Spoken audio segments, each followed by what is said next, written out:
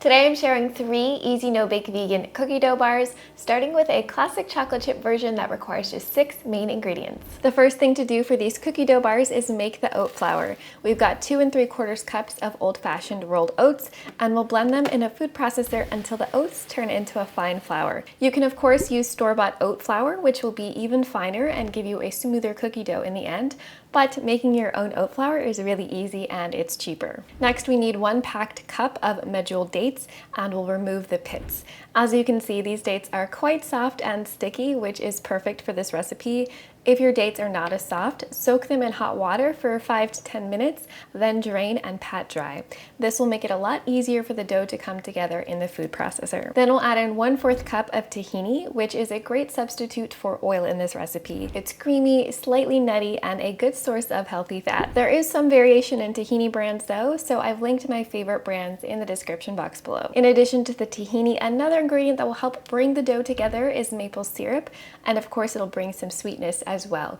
We need 4½ tablespoons. Then add in 1 tablespoon of pure vanilla extract, which is a key ingredient in any chocolate chip cookie dough, followed by 1/2 teaspoon of sea salt. Blend all of the ingredients together until the dough comes together and forms a ball.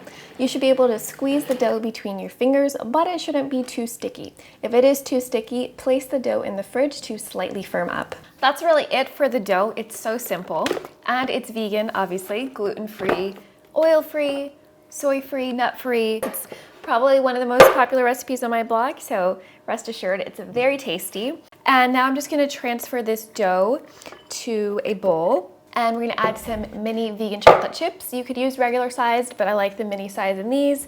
And we're just gonna fold it in with a spatula, or your hands also work. And then we'll pop this in the freezer, let it harden up for about 30 minutes, and then we'll finish it with some melted chocolate. And once the chocolate chips are incorporated into the dough, transfer the cookie dough to a parchment paper lined loaf pan. If you don't have a loaf pan, you can use a similar shaped glass storage container or an 8 by 8 inch square baking pan, though the bars won't be as thick if you do the latter.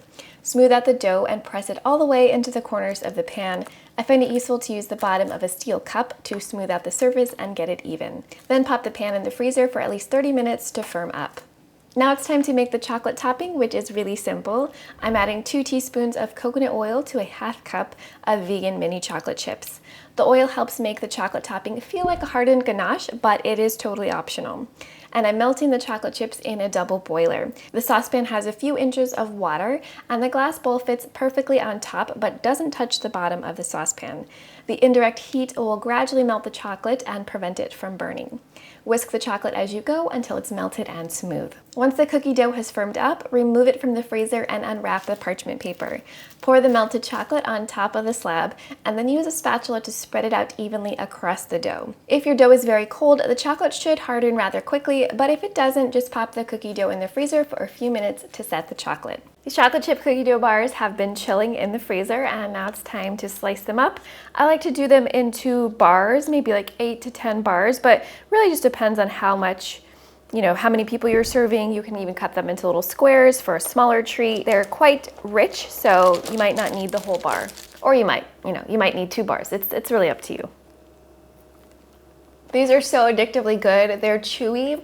They taste just like cookie dough, but it's totally raw. You don't have to bake anything. Very indulgent tasting, but it's like good for you, which is what I love about them. I'm gonna have a few more bites, and then we'll move on to our second recipe. We're gonna do some peanut butter and jelly bars, which are a must make for any peanut butter and jelly lover. We're going to start these PB&J bars similarly to the first recipe by making our oat flour using the same amount of rolled oats and the same technique as before. And then we'll add in 1 packed cup of soft pitted medjool dates, which should come out to about 7 ounces. Since these are peanut butter and jelly bars, we're obviously gonna use peanut butter. We need a 1/2 cup of that. And since there is no oil in this recipe, I recommend using a peanut butter that is smooth and drippy, not a crunchy variety and not one that's been refrigerated. Next up, add in 3 tablespoons of maple syrup, followed by 2 teaspoons of vanilla extract and a 1/2 teaspoon of fine sea salt, but use less salt if your peanut butter is salted. Blend until the dough comes together and is sticky enough to squeeze between your fingers. Then add pieces of the dough to a parchment paper lined loaf pan and press down with your fingers or a flat bottom cup to make the surface even. Transfer the pan to the freezer for at least 30 minutes to firm it up. Once the dough has firmed up, remove it from the freezer and unwrap that parchment paper. Then take your favorite raspberry or strawberry jam or fruit preserves and spread a layer of jam on top of the dough. If your jam is already runny or spreadable like this one, you can use it as is, but if it has a thicker texture, warm it up in a saucepan on medium-low heat to make it a bit runny. You can also use your favorite homemade jam recipe, and you can find a link to a healthy raspberry chia jam in the blog post for this recipe, which is linked in the description box below. This part is optional, but if you have fresh raspberries or strawberries or even frozen ones, you can add them directly on top of the jam. I'm gonna pop this back into the freezer to set a little bit, and then once it's chilled, I'll pull it out and slice it into bars.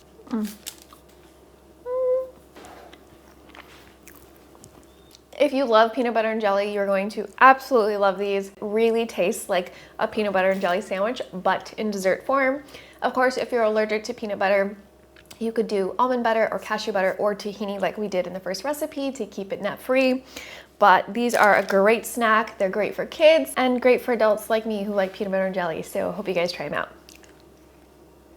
Next up, we have no bacon Nutella cookie dough bars, which are my absolute favorite. To start off, we're going to roast some hazelnuts for that authentic Nutella flavor.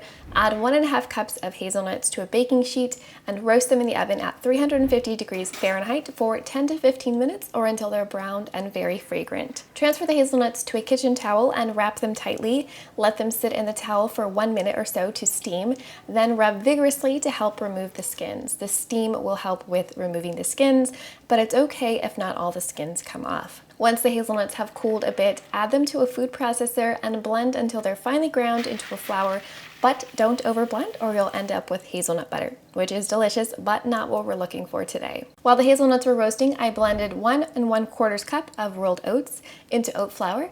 Add the oat flour to the hazelnut meal along with 1 packed cup of soft medjool dates that have been pitted, 1/3 cup of raw cacao powder. You can use unsweetened cocoa powder, though raw cacao powder does have more nutritional benefits, a 1/2 teaspoon of fine sea salt, 2 teaspoons of vanilla extract, and we're also going to add 2 tablespoons of coconut oil and 1/3 cup of maple syrup. Blend all of the ingredients until the dough comes together and you can squeeze it between your fingers. If it happens to be too dry, add a bit more coconut oil or maple syrup. This next step is optional, but for a slight crunch, add in a few tablespoons of raw cacao nibs to the Nutella dough and stir to combine. Transfer the Nutella cookie dough to a parchment paper lined loaf pan, and again, press down with your fingers or a flat bottom cup to make the surface even.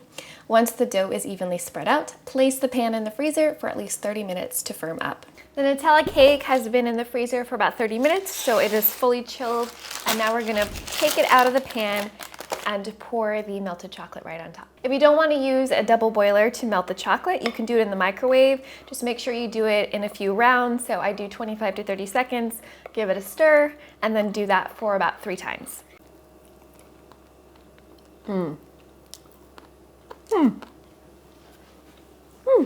These Nutella bars are unreal. They taste like Nutella, but they're so much better for you. I need to be alone with this for a little longer, so I'll see you guys in the next video. Version that requires just sand it at 6 in it. I forgot how many ingredients it had. Peanut butter and jelly cake or whatever you didn't tell me there's chocolate all over my hand.